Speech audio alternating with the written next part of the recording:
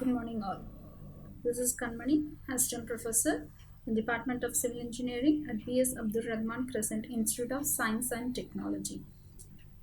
Today, we are going to see the laboratory exercise 7 under the course CEC 4106 GIS and its applications. The title of exercise 7 is Data Conversion.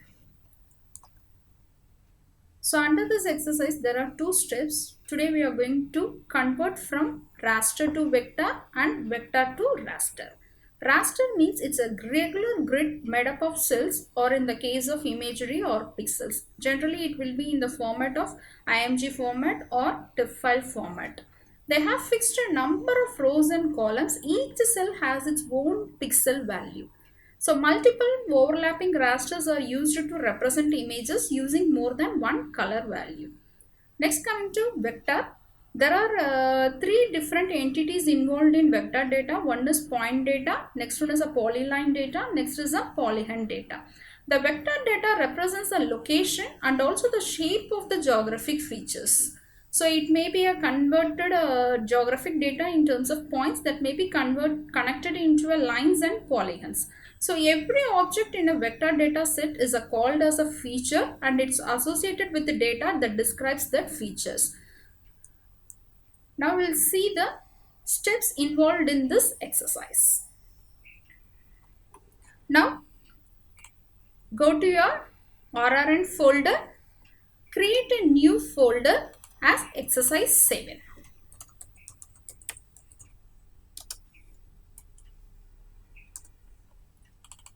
Create two more new folders, input and output.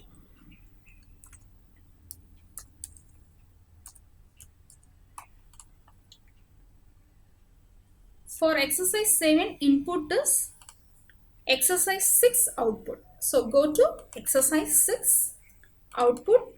So under this exercise, there are three different outputs we have created. One is contour 10 meters interval, contour 50 meters interval. These two files are a vector data file. This is a hill shading TIFF file. This is your raster file. Today we are going to take this as a input, contour 50 meter interval as a input file for exercise 7. So just copy all the auxiliary files, copy, go to your exercise 7, copy all the files in input folder under exercise 7. Now this is our input file for exercise 7. Now launch QGIS. Once you launched, now our input file is a vector data file. Go to add vector layer, browse,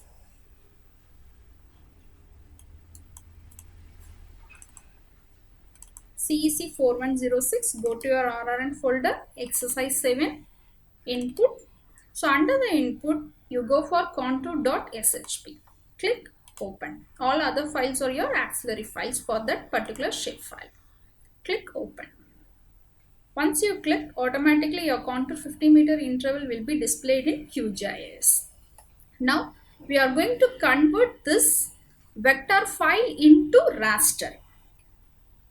There are two steps involved in this exercise. One is from vector to raster and vector to raster to vector. Go to raster menu,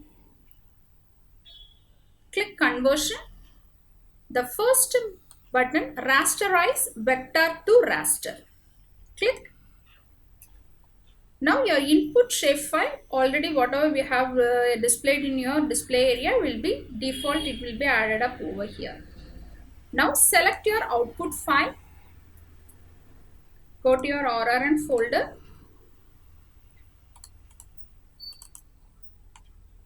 exercise 7, output. Now this contour raster. Now this contour is your vector file. Now we are going to convert into a raster file. Click save. Now the output file does not exist. You must set up the output size or resolution. Since it's a new output file, it's asking for the output size and resolution. Click OK. Automatically it will go for the default width and default height. You just make it as a default one. Click OK. Now the processing is completed. Click OK. Click OK. Now it closes. Now this is your black and white raster image for your given input vector contour file. Now we'll zoom and see how it has been converted into a raster file.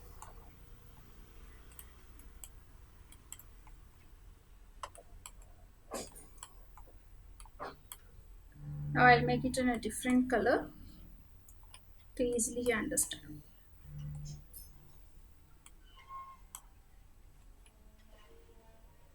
I'm just overlaying the contour 50 meters above your raster file.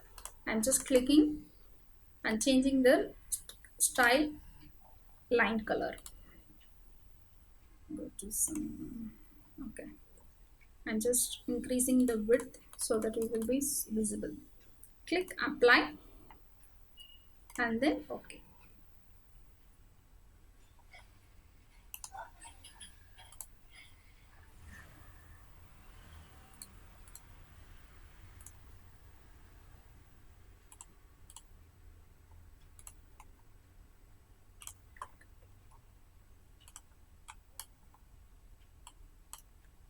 Now this is your, the yellow one is your vector file.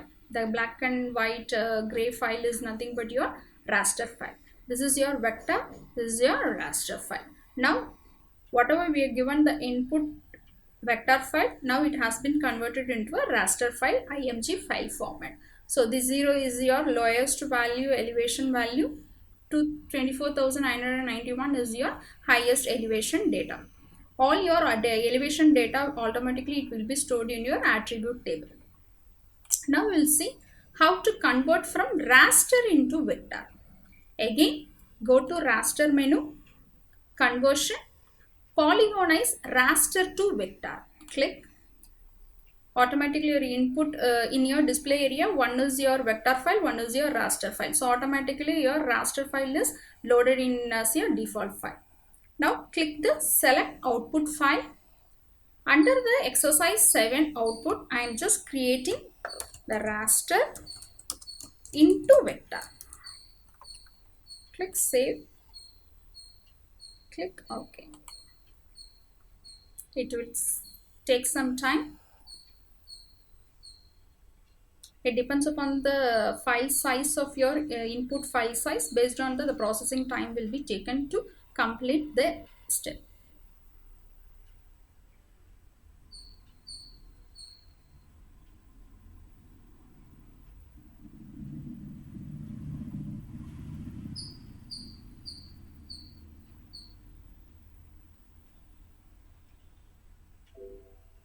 Now the processing completed. You just click OK, OK, then close. Now the raster is again converted into a contour vector file. Now this vector and this vector should be one and the same, but it will not be so. Some of the loss of information will be there. Now we'll observe the thing. Just I'll zoom and show you how it has been converted. Actually whatever the cells, all the cells has been captured as a new line. So it just observed as a double line for each contour lines. Zigzag, zigzag. It's nothing but your cell size. Based on the cell size, automatically it has been converted as your vector file. So there are two steps involved in your exercise 7. One is vector to is converted into raster. Raster is converted again to vector. So these are the two steps involved in your exercise 7. Now this is the end of this exercise 7. Go to your exercise 7. Go to your output.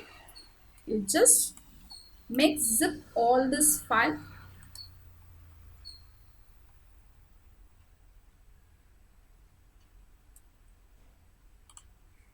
Rename this zipped file. Make it as your exercise. Save it. Just copy this file and upload it in Crescent LMS. And make a screenshot of this raster file and the output vector file. This is a screenshot 1. This is the screenshot 2. So along with your output file, you just zip all these two screenshots and 2 output files and upload it in Crescent LMS. Thank you.